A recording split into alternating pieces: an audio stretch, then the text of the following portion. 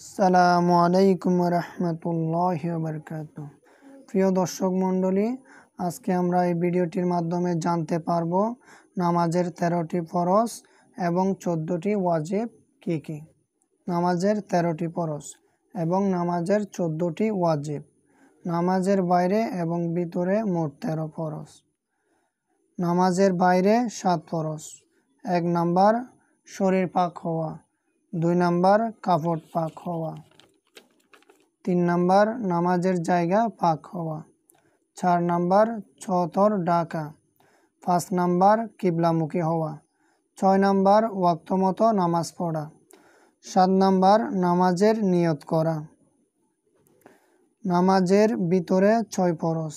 1 number তাকবীরে তাহরিমা তথা আল্লাহু আকবার বলা, 2 নাম্বার দাঁড়াইয়া নামাজ পড়া, 3 নাম্বার কিরাত পড়া, 4 নাম্বার রুকু করা, 5 নাম্বার 2 সিজদা করা, 6 নাম্বার আখিরি তথা শেষ বৈঠক করা। এই ফরজগুলির মধ্যে একটিও যদি বাদ যায় তাহলে নামাজ নষ্ট হয়ে যাবে, নামাজ পুনরায় পড়তে হবে। এখন আমরা শিখব নামাজের ওয়াজিব সম্পর্কে।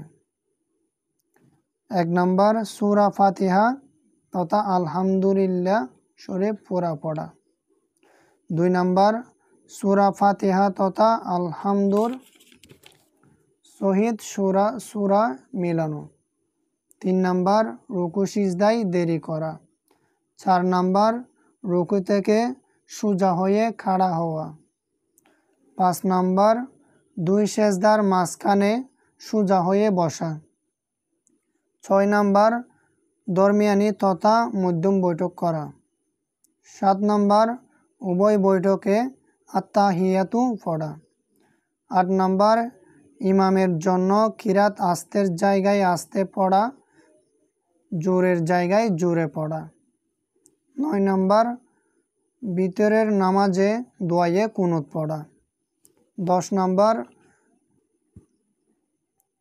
2 ঈদের নামাজে 6 তাকবীর বলা, 11 নাম্বার প্রত্যেক ফরজ নামাজের প্রথম 2 রাকাতকে কিরাতের জন্য নির্ধারিত করা, 12 নাম্বার প্রত্যেক রাকাতের ফরজগুলির তারতিব তথা ধারাবাহিকতা ঠিক রাখা, 13 নাম্বার প্রত্যেক রাকাতের ওয়াজিবগুলির তারতিব তথা ধারাবাহিকতা ঠিক রাখা, 14 নাম্বার আসসালামু আলাইকুম বলিয়া নামাজ শেষ করা।